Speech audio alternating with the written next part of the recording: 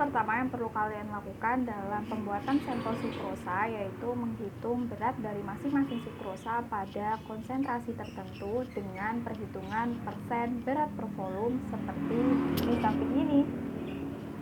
Setelah menghitung jumlah sukrosa yang diperlukan untuk setiap konsentrasinya, campurkan dengan air dan homogenkan dengan cara diputar-putar hingga homogen. Setelah homogen, tuangkan 20 ml dari masing-masing konsentrasi yang telah dibuat ke dalam masing-masing gelas dengan ukuran yang sama.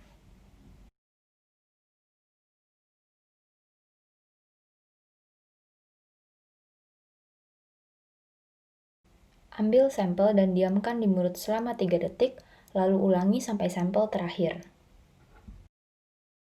Tahapan selanjutnya adalah tahapan pengisian formulir. Formulir kita isi berdasarkan hasil percobaan kita terhadap pencicipan larutan sukrosa 0%, 0,05%, 0,1%, 0,5%, 1%, dan 1,5%. Oh ya, tapi jangan lupa sebelumnya kita perlu mengistirahatkan indera pencicipan kita dengan cara minum air mineral dan didiamkan selama 30 detik dalam mulut.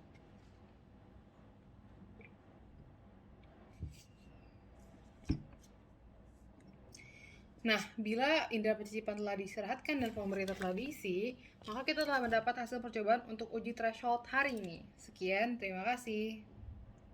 Jadi, pada uji threshold ada tidaknya rasa asin menggunakan NaCl dibagi ke dalam dua tahap. Tahap yang pertama adalah pembuatan sampel NaCl tersebut sesuai konsentrasi yang dibutuhkan.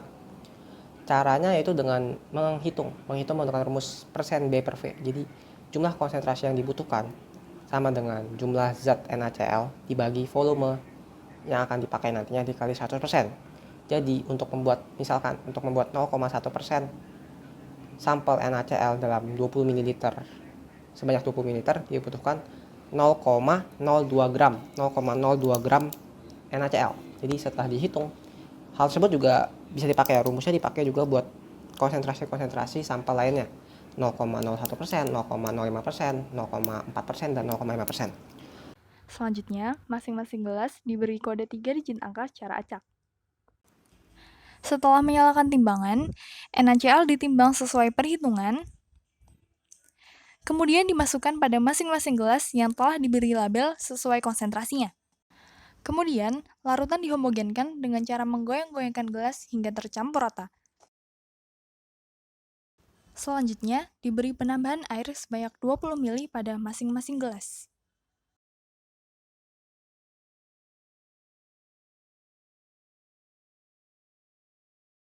Lanjut pada sesi penyajian. Gelas disusun secara acak untuk kemudian panelis mencicipi sampel dari kiri ke kanan.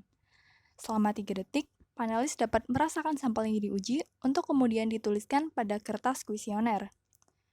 Lalu sebelum menguji sampel lainnya, panelis dapat menetralkan pengecap dengan air terlebih dahulu.